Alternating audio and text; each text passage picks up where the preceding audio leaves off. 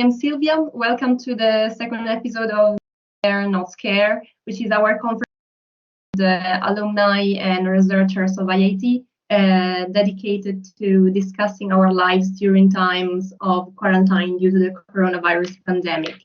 We have two alumni guests today, Yue, who is currently working in Japan, the National Institute of Advanced Industrial Science and Technology, close to Tokyo. And Jorhabib, currently working in France as a senior sensor fusion engineer at GoPro. So very different times of the day in this moment for them. Thank you for taking the time. We also have Daniele Pucci, who is head of the Dynamic Interaction Control Research Line. And we used to work both with Jorhabib and Yue. And finally, Monga, IIT HR Director, is with us again. So thank you, everybody, for participating in this chat. And I leave the word to Marco.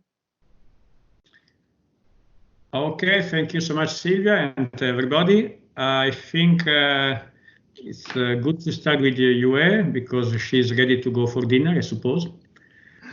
I already had dinner, so no problem. Okay, let's share with us some information about how in Japan you are living this strange moment, because I think that our experiences can be, let me say, compared in order to understand how to make research in the world now is a little bit different than in the past, and how it's going in Japan, and then we can, let me say, compare again with France and Italy with Daniele.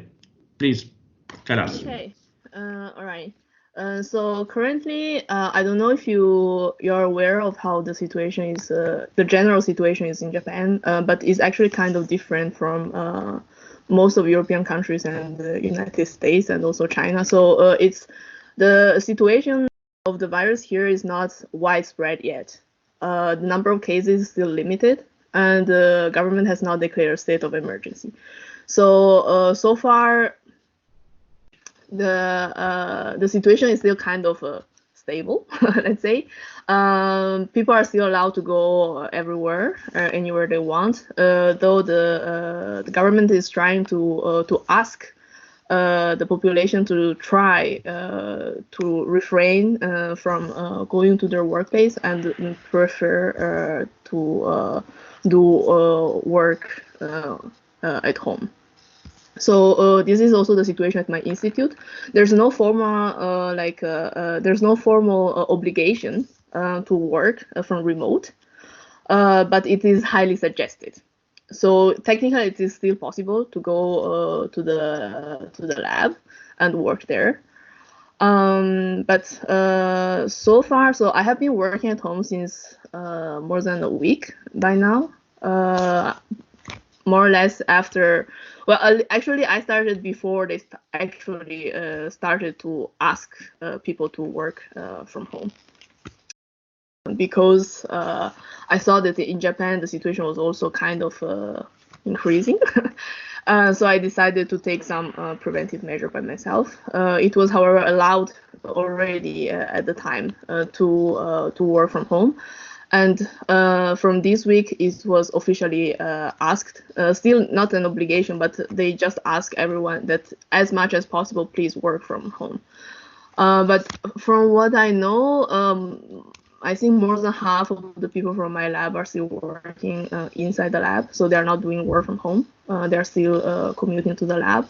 Though I think people who come from Tokyo, because we are not exactly in Tokyo, we are like about 50 kilometers, and many people come from Tokyo to work. People who come from Tokyo, they are actually not allowed to come anymore, because Tokyo is now the cluster place of the cases in Japan. They're not, so they are asked to please not come.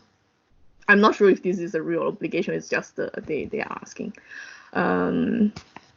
From that point of view, so it's kind of, I think, maybe this is kind of stereotypical, but you know, Japanese people usually are very keen to work, and they feel like not going to their workplace is kind of not fulfilling their duties. And I think this is one of the main reasons for which many of the people in my lab, mostly my Japanese colleagues, are still going to the lab, while most of the foreigners are actually working from home.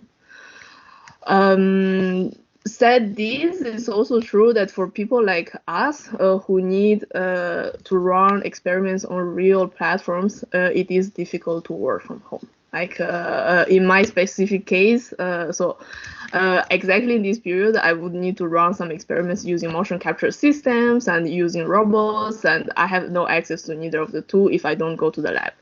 So as soon as the institute still open, I could still go there.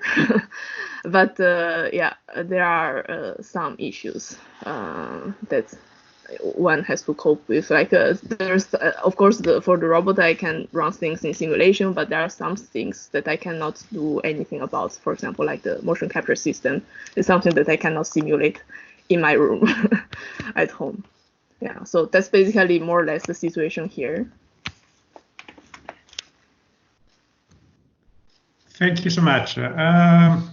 Joe, of course you can tell us about France, but in any case, if you can add also something about if somebody is thinking about the after, because for sure this emergency sooner or later will end, but on the other hand, probably we have to think a world that will, let me say, survive and live with the virus somewhere, no? I mean, it's not possible to think that when the emergency will be ended, everything will be exactly as in the past, no? And especially for you that, I mean, you all are roboticians, as you already said. And what does it mean? That you have also to work with hardware, not only software, no? Not only coding.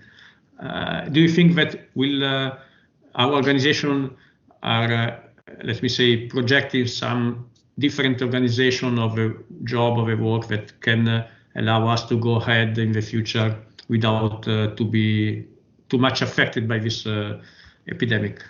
Do you mean like specifically to in my job, or more about France in general, how it's dealing with it? Because I have this particular... Whatever you like, whatever you like. I mean, if you have experience specifically in your experience, okay. If you can also enlarge a little bit the view and to tell us about what you see in general terms.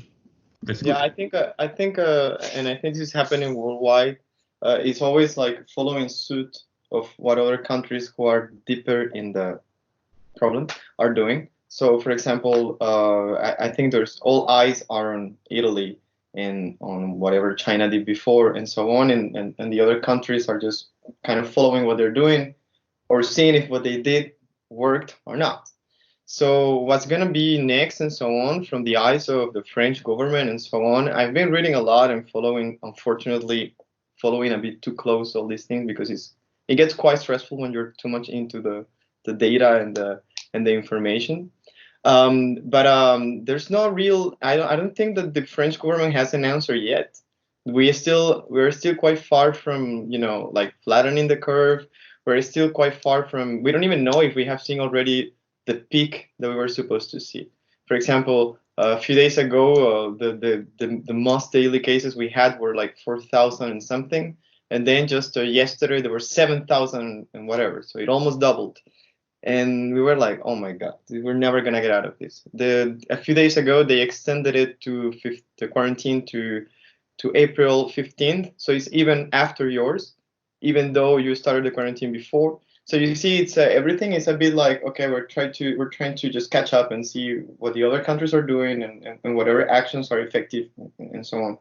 I've read a lot also. I've read some research papers in which they say that the after, unfortunately, will not be so nice, because we are seeing it already in China, in Hong Kong, and Singapore. There are raises in cases already. So when they are relaxing all the constraints they are imposed. So apparently we're going to see some sort of curve like this until we have something like a vaccine or even medicines to properly deal with this.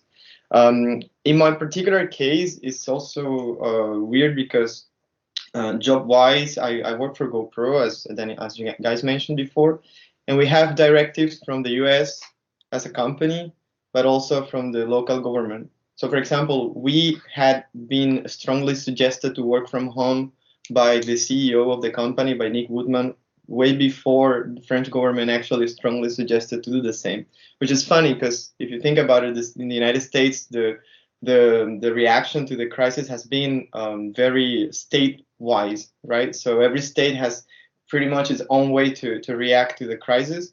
And so, well, in the state of San Francisco and so on, where Nick Woodman, where GoPro's headquarters are, the reaction was, you guys, we're gonna shut down everything in China. Everybody was working from home, everyone who was non-essential at the beginning. And so they had a glance at things directly from China because we have workers there. So as soon as they saw that, they started taking measures even stronger than the ones we had in France, but directly sent from the US. So I leave the situation like twofold, whatever the company decides from the US and whatever the French government decides to do. Right now, the whole company is working remotely, except one single person who is at the lab every day. But yeah, we're not really sure how it's going to end. The word, if you in our conversations on Slack, is, well, we know that we're going to be stuck at home. That we're going to be protecting ourselves at home for the entire month of April. So we know that at least we're going to be here for the whole month for sure. We're like already, psychologically ready for that.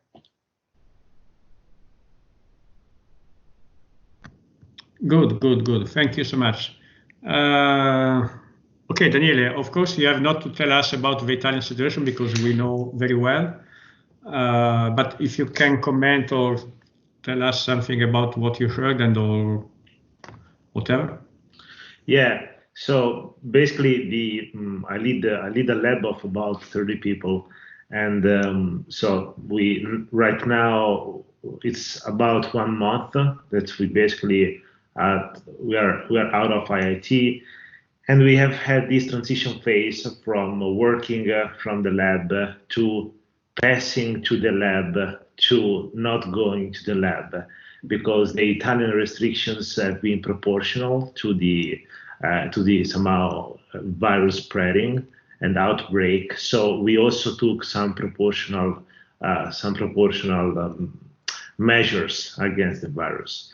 But anyways, it escalated quite quickly. So basically, from the 7th of March, since the 7th of March, we are basically working from home, and so organizing the work of so many people has had some needed some tuning, let's say. But fortunately, I have to say that the entire lab is doing quite good, and this is due to mainly, in my opinion, of our former management organization. So we arrived in somehow ready to this because we are structured in such a way that we have lab members, and then we have responsibles, and the organization scales up to basically me, where I only do boring activities, and but fortunately the organization arrived somehow ready, also thanks to the tools that IIT also provides us, like the one we're using, Teams. So all the tools have been fundamental, especially Teams, along with GitHub and ZenHub, which are other two tools that we use. These have been fundamental.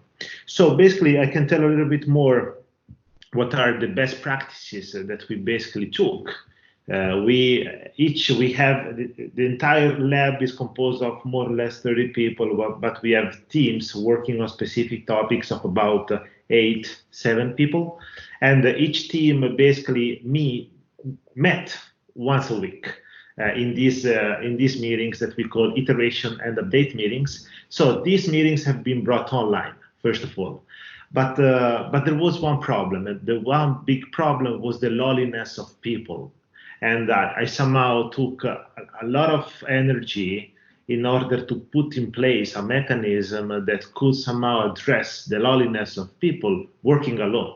I mean, we have to think that we have people working alone in a probably, I don't know, 30-meter square place without anyone.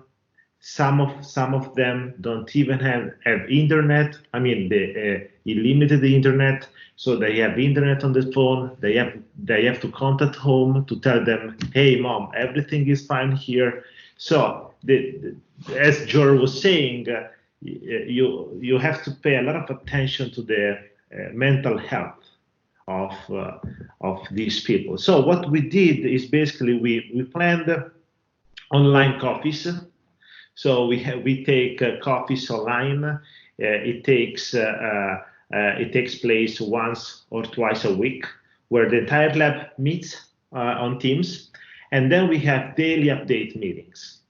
So each team meets for 15 minutes, and basically they tell you what they did and what they're going to do the day next.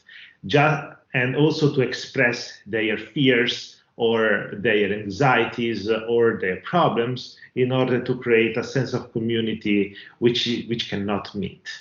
And so this is somehow, I don't know if it's working perfectly, but somehow we could establish routines which tend to make people feel less alone, which was one of my, let's say, preoccupations. Okay, because if you fall isolated, then also from the mental point of view, that could be somehow not really good.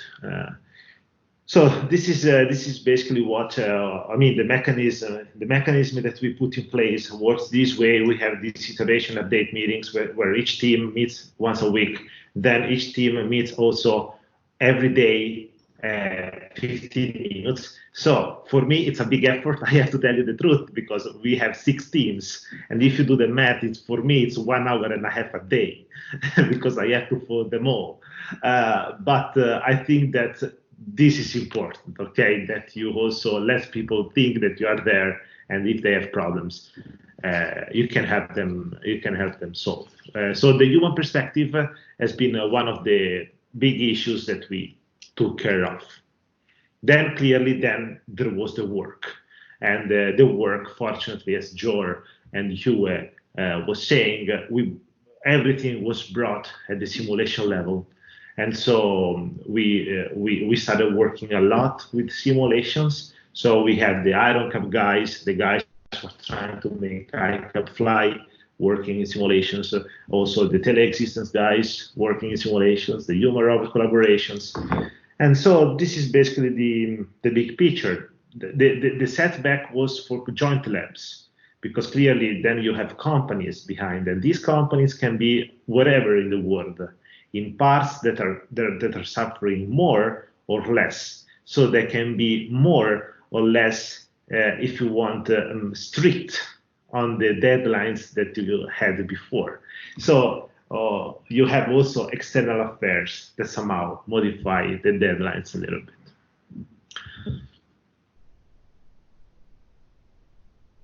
Yeah, I had a question for Danny, actually.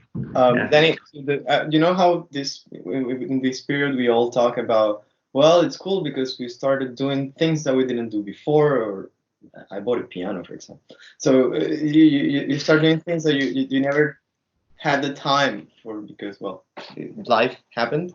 But now that you mentioned simulation and so on, that made me think, but I guess that probably out of this long period, some things that you never wanted to do in simulation, because you have the robot, so why invest the time on it? So then you think that maybe like some good advancements in simulation could come out of this period of struggle and stuff? Yes, I see like yes. something going in that direction.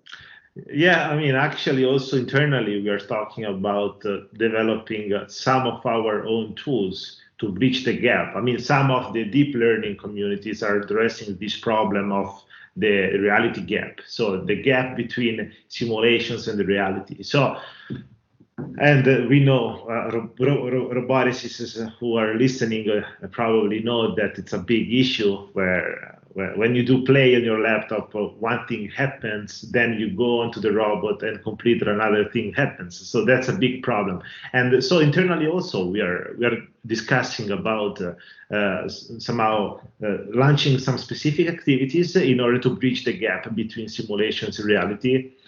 And if robotics is, I mean, it would be nice that the robotics community somehow could converge also at the, I don't know, European level to cross-country work, okay, in order to address this big issue, which is a very big issue for robotics.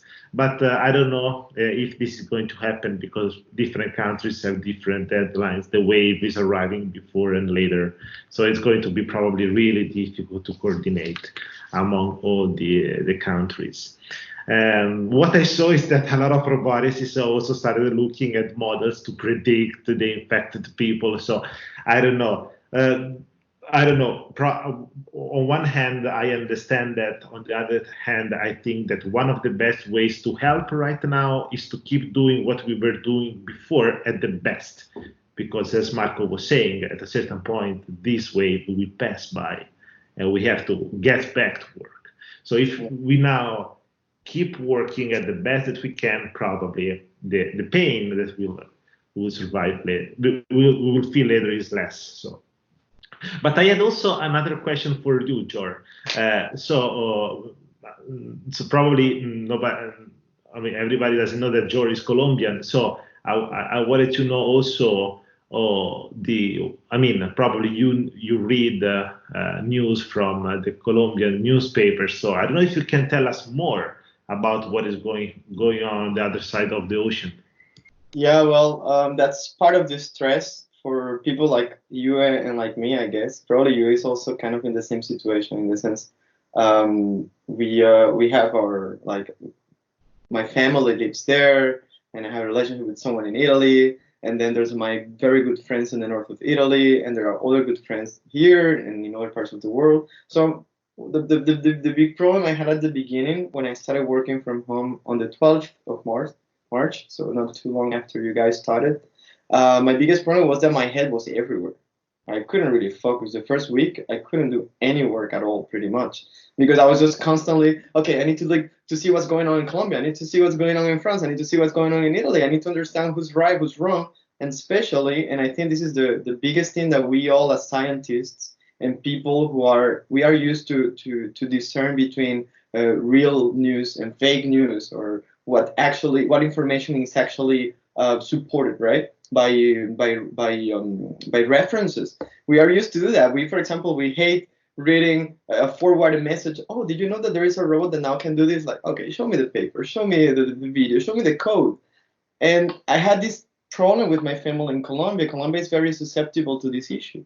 And not only, I mean, we see it in France, we see it in Italy. In France, for example, there is a Twitter site done by AFP. All right, so they take care of putting down fake news, and they tell you, warning, careful, this news is fake, So just by following that Twitter page, that is really reassuring because that helps understand. So I had to do pretty much the same job with my family in Colombia because I was getting all the time forwarded messages from someone else who said that Juan told Pedro, who told Laura, who told someone else that this was going to happen, or that the virus was this and that, or that there is a vaccine now, everything is solved, no problem, go out. And that's a huge problem because in Colombia you have this vicious circle happening very easily, unfortunately. So one of the stressful points for me is to try to keep my family informed. And actually, I'm happy because I'm managing to do that. And by my family, I don't mean only my mom, my siblings. I mean also my grandma and my uncles and these people in my WhatsApp group. So they now stop sending information that is not backed up by a website, a government website, because I was just scream at them and I would tell them, I don't want to see any other forwarded message from someone that you don't know, who told you that the World Health Organization said something that is not supported by any link or any reference. So please do it because this is just going to make it worse. All right. So the situation in Colombia, one delicate point is just the way how people are misinformed. because this is a huge problem. If you don't get people to understand the gravity of something, how serious something is, you're not gonna get them to stay home and help society, because they will not understand why they have to do that. Why would I stop going to work? Why would I stop going out? And that is one of the biggest issues. So right now in Colombia, they also started the quarantine officially. I made my family start the quarantine before, like 2 weeks before that. So it's delicate because again the actions are following just actions from other countries, but at the same time there's this niche in Colombia of people who just simply don't want to believe sometimes. So it's a bit delicate, and I don't think we know how serious it is right now, because imagine if we don't have enough tests in a country like the US, in a country like France, in a country like Colombia, that must be even worse. So if you read that there are only 100 cases, yeah, it must be the weather. I don't think so at all. It must be just because simply they're not testing people. But hospitalizations and stuff, that's going up, that's ramping up. So that's also a clear evidence that things are not really going so great. Yeah, so probably also you can tell us something about China. So what you read about the situation there. Yeah, so I have Chinese origins. So actually, I have still family also in China. Though my parents are both in Italy, but my grandma, unfortunately, or fortunately, actually now I don't know what to say. Anyways, she decided, her and my cousin, they decided to go back to China for Chinese New Year this year. And they went to China at the beginning of January. What happened soon after is that they got locked down basically 2 days after they arrived. And they are still under lockdown. So given that it has happened in China, and me and also my whole family, we constantly follow Chinese news, also during normal days. We have started following the situation since the very beginning. So for me, it's kind of, I can totally relate to what George said, because it's really frustrating. I am on this side of the world, and in a country where, basically here, kind of the situation is kind of stable, but I know that my whole family is in 2 countries where the situation was the worst. And I kept checking the news, and I check the news of different countries every day. And I also get flooded by news from a lot of people all over the world every day. And since I lived also in Germany before, also I have friends from Germany who send me things. So every day. And to be honest, I was kind of, I got more frustrated when the situation in Italy started to get worse. At first, also because my father actually works in Milan, and he basically got locked down over there without being able to go back to Genova, where my mom and my sisters are. So it's kind of, I have people that I care everywhere. It seems that I am in a kind of relaxed place, but I'm continuously worried, and they're also worried about me in the same way, because I'm by myself here. Of course, I have friends and colleagues and people that I know over here, but by the end of the day, I am on the other side of the world. So these kind of things. Also, there are a lot of measures that are being taken in different ways in every country. Among which I think Japan's actions are kind of making myself frustrating, just because everything is going very slow, and they seem to be, in my opinion, taking the errors that every other country has made so far. So they're not taking actual preventive measures, or maybe, I don't know, they hope in the goodwill of the citizens to respect their requests that are not impositions, at least until now. So kind of a frustrating moment also for me from this perspective. Well, nonetheless, I find it interesting how it could be in Japan, I think, because I was wondering about this thing also the other day, like copying measures from China and from other countries who culturally behave differently than other countries. Yeah. I wonder, sometimes it doesn't map one-to-one, right?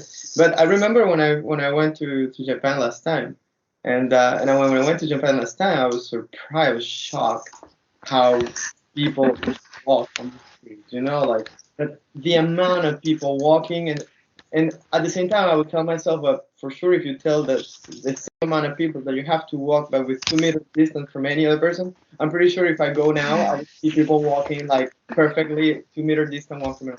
I wonder if it is like that. Is it like that? Right now there are way less people outside, but last time I've been to Tokyo, and this is not so long ago, about a couple of weeks ago, in Tokyo, the trains were far from being empty. Let's say, definitely, maybe you can keep 20 centimeters from your neighbor, but not 2 meters. You probably all know the famous meme about the Japanese trains where they need to be pushed inside the trains. So this is reality. This is not reality right now because there's definitely less people. But we cannot say that the commuters' trains are empty. Here in Tsukuba, where I live, it's different because this is basically, like, say, countryside, and usually there's not many people around, so you don't really feel this. But it's also true that Japan has some of what's now is called social distancing everywhere in the world. Japan already had some of these as default social measures, let's say, social attitudes. For example, they don't touch each other when they meet, they bow. They wear masks already usually. Whatever they have, I mean, if they have cough or even for allergy mostly, they wear masks. So usually you would already see maybe about 30 to 40% of people wearing masks. In this season, even more because of the pollen allergy. So maybe that somehow actually helped. But yeah, I think the impact of this kind of social behavior is not that clear. Okay, thank you so much, everybody. I think the time is over. I'm sorry because you gave me and us a lot of insights. Let me only pick up one that topic for a next occasion when we will share again this Teams meeting, and is about the leadership, because I think that we are all, let me say, experiencing a new way of leadership, because we need to be more, let me say, taking care of our people, and maybe it's something that we can bring also for the future, not only to experience in this strange situation, because I think that in some way we are evolving also as persons, not only as roboticians, not only as managers, not only as colleagues. And so this is every kind of experience can learn something to everybody, and I think that we have to catch the maximum also from this one. Sylvia, would like to come back with us? Marco, Yeah. I just to one thing more. I completely agree with you on this topic. One of the things that I personally hope is that the concept of fear could be normalized. Later. We have been told that we have to be, I don't know, we have to scare from people who come from boats. We have been told that the fear could be from the foreigners. But all these silly arguments, I think, and what I hope is that they get normalized to what is really important and to what is not. So this is at least my personal hope. I totally agree with you. The point is that we have to put in the center the human being in the 100% of the different phases of this meaning. Okay. Okay, Sylvia, if you come back, we can close this very interesting chat. I'm very happy and very grateful to all of you.